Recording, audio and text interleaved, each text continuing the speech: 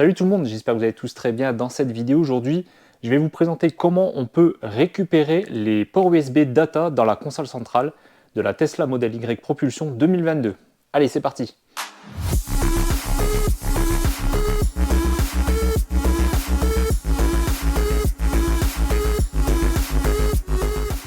Alors je disais pour la Tesla Model Y Propulsion 2022, mais c'est aussi le cas pour les Tesla Model 3 de 2022. Alors vous êtes au courant que depuis un certain temps maintenant, Tesla ne met plus les ports USB avec les données. Donc les ports USB qu'on trouve dans les consoles centrales sont uniquement pour faire de la recharge. Donc on ne peut plus mettre de clé USB, on ne peut plus mettre par exemple de manette. Donc du coup c'est un peu embêtant, surtout pour ceux qui avaient pris l'habitude, comme moi par exemple, où j'avais ma petite clé USB avec toutes mes musiques. Et en fait, en cherchant un petit peu sur internet, on peut trouver le module qui se cache derrière les ports USB. En fait, c'est l'ensemble avec les ports USB type C intégrés qui se remplacent. Et je vais vous montrer tout de suite comment on fait. Alors voilà la petite boîte qu'on reçoit. Alors c'est très bien fait puisque en plus ça vous donne les outils pour pouvoir démonter, ainsi qu'un câble que vous allez devoir connecter. Donc c'est la partie qui va être la plus embêtante, c'est le câble. Donc on va ouvrir la boîte. Alors attention, je fais ce petit morceau de vidéo en plus.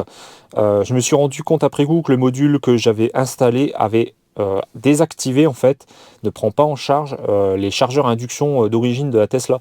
Donc ce module gère aussi la recharge à induction.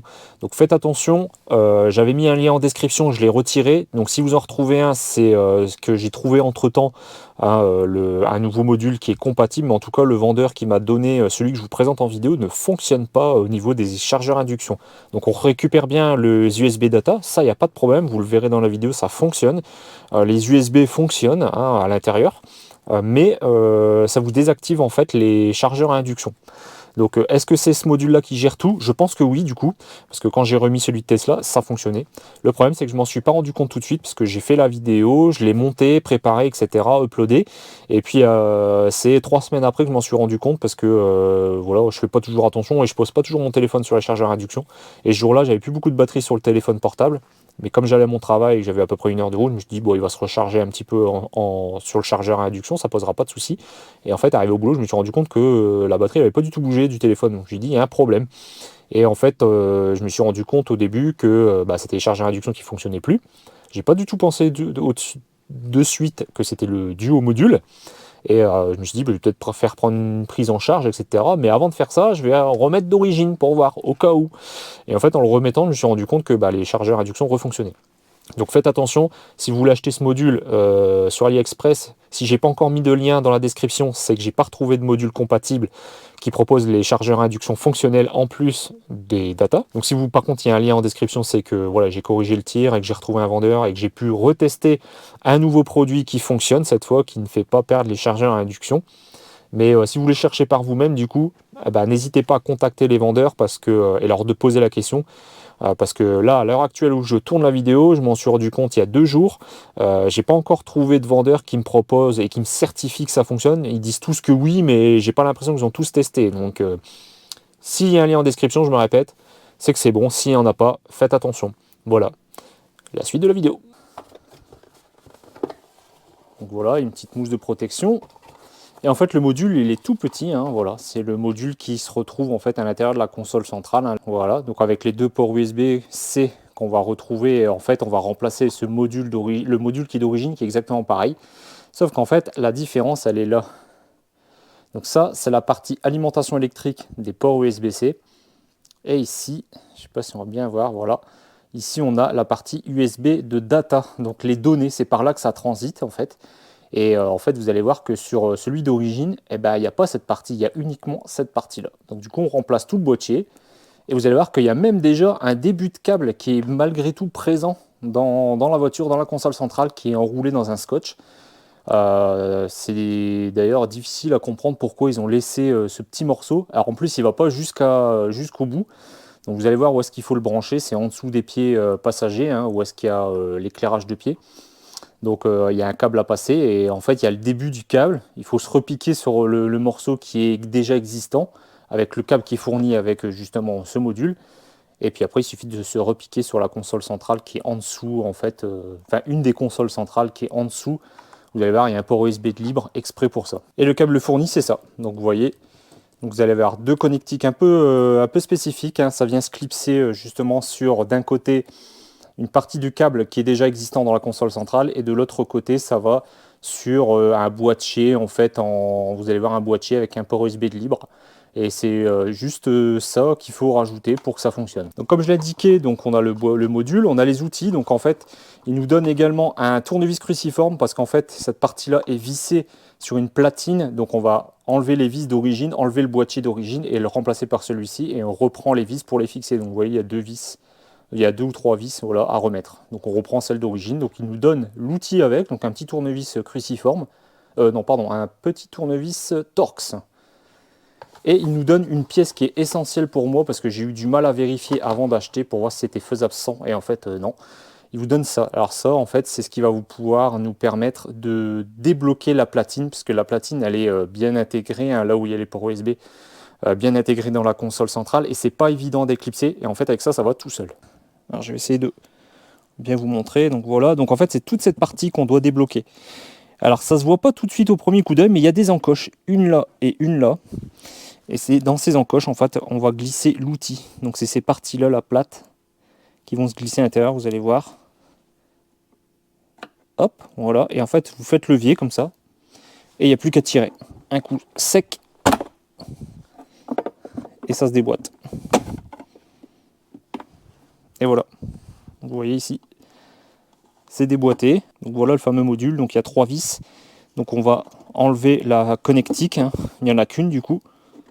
Il suffit de le faire levier et de pousser le câble, enfin tirer le câble.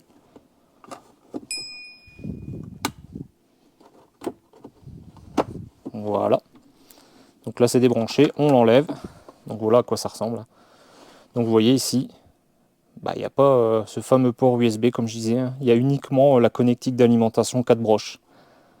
Donc on remplace ça par le nouveau. Donc c'est très facile, hein. Vous enlevez les 3 vis et vous le remplacez par le nouveau qui lui possède la data.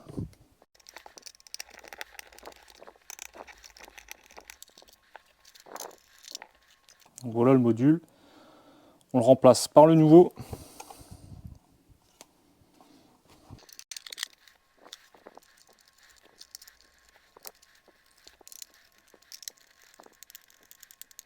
Et voilà. Donc c'est vraiment une étape qui est très rapide.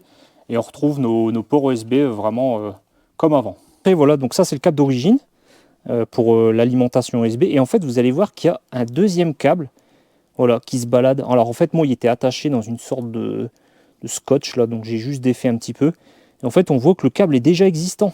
Donc en plus, ils se sont même pas fait chier chez Tesla à l'enlever. Donc il est bien présent pour pouvoir justement récupérer ces fameux ports USB data si on a le module. Et en fait, ça va pas jusqu'au bout, donc ça va aller jusqu'en dessous. Donc j'ai déjà démonté ici en dessous, hein, je vais vous montrer après, au niveau des pieds. Et il va y avoir, je ne sais pas si vous voyez déjà, la partie métallique à droite. Je vous ferai un plan juste après. Et en fait, il faut raccorder le câble qui est ici, celui-ci, jusque là-bas. Et pour ça, en fait, celui-ci ne va pas très loin, en fait, hein. Il s'arrête juste là derrière cette paroi, donc on va devoir retirer la paroi qui est là. Je vais vous montrer également comment on va faire, parce que c'est pas évident aussi. Il y a une petite astuce à faire ici. Et en fait, le câble qui est donné avec, il va se raccorder parfaitement. Donc là, je vais déjà rebrancher cette partie-là, et on va voir la suite après. Donc là, le premier câble est remis. Voilà. Et là, maintenant, je vais mettre le deuxième. Donc il y a un clips, vous ne pouvez pas vous tromper de sens, et une fois qu'il est mis, ça ne bouge plus.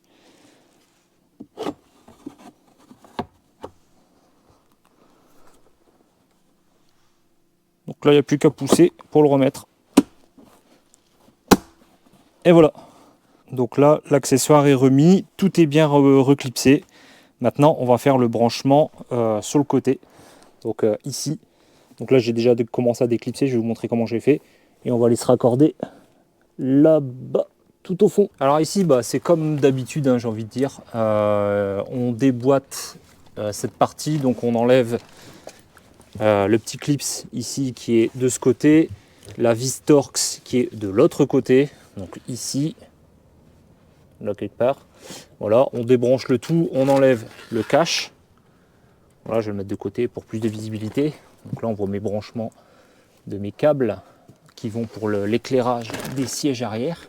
Et en fait, c'est ici qu'on va se raccorder, vous voyez. Alors, attendez, je vais essayer de vous montrer. Voilà, c'est là. Donc ça, c'est un port USB dédié justement pour la data. Donc le but, ça va être de passer le câble ici tout le long, derrière cette paroi. Donc on va déclipser la paroi. Alors ici, c'est facile. La première partie, là, elle s'en va facilement. Alors je sais pas pourquoi, moi j'ai vu sur d'autres vidéos que ça s'enlevait assez facilement, mais là, ça coince pas mal. Donc du coup, j'essaie de déclipser plutôt ce côté-là. Donc toujours pareil, à l'aide d'outils comme ça vous glissez sans rayer le plastique. Ça va se déclipser assez facilement. Et après, il y a d'autres clips à enlever. Ça va être un peu plus compliqué, ils sont un peu plus rigides. Dès que j'arrive à les enlever, je vous reprends tout de suite après en vidéo. Bon, alors, non sans mal. Donc là, ici, les clips se sont bien partis. Vous voyez, j'essaie de vous montrer du mieux que je peux. Donc en fait, c'est ces parties-là. Là. Donc si vous n'y arrivez pas, dès qu'ils sont accessibles par un outil, vous appuyez dessus avec un... Moi, j'ai pris un tournevis plat. Comme ça, donc j'appuyais. Je vais essayer de vous montrer. Voilà. Donc j'appuyais dessus. Comme ça. Et après, là, il se déclipsait facilement. Par contre, il ne m'en reste plus qu'un seul. Celui du centre, là-bas. Et j'arrive pas du tout à le déclipser. Je sais pas pourquoi. Voilà, celui-là, là, j'arrive pas à l'enlever. J'ai peur de casser. Donc, je sais pas si vous, ça sera pareil. Peut-être pas. Donc, faites attention. Il faudra essayer de trouver un outil pour déclipser. Je vais voir ce que je peux faire. C'est quand même assez souple. Donc, je peux quand même assez tordre facilement. Donc, après, si vraiment vous êtes coincé, de toute façon, là, on va regarder par la suite. Mais c'est cette pièce-là qu'il faut retirer. Donc je vais vous montrer, qui justement donne l'autre extrémité du petit câble gris qu'on a vu à l'intérieur.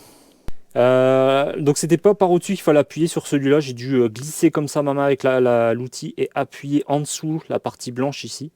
Et hop, l'ensemble est venu assez facilement.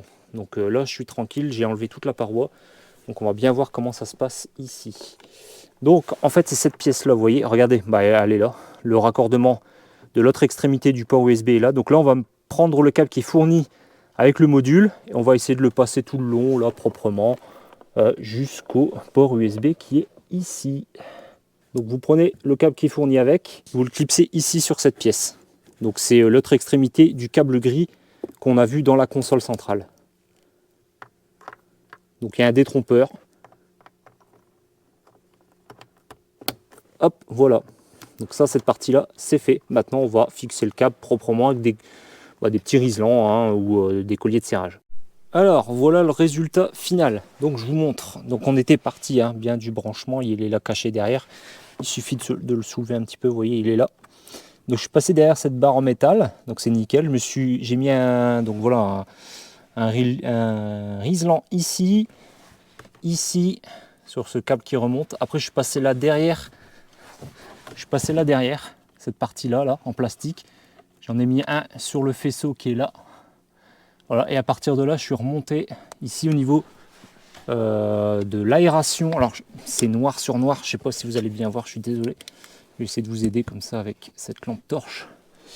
Donc, vous voyez, ici, voilà, le câble, il est là. Donc, j'ai mis un riselant ici avec les câbles qui sont au-dessus. Comme ça ne gêne pas quand on vient enlever la trappe. Il y avait un peu de mou, donc j'ai fait une boucle comme ça. Et pareil, j'en ai mis un ici, qui normalement ne devrait pas gêner non plus. Et puis après, on est raccordé ici comme prévu. Alors voilà, tout est bien remis.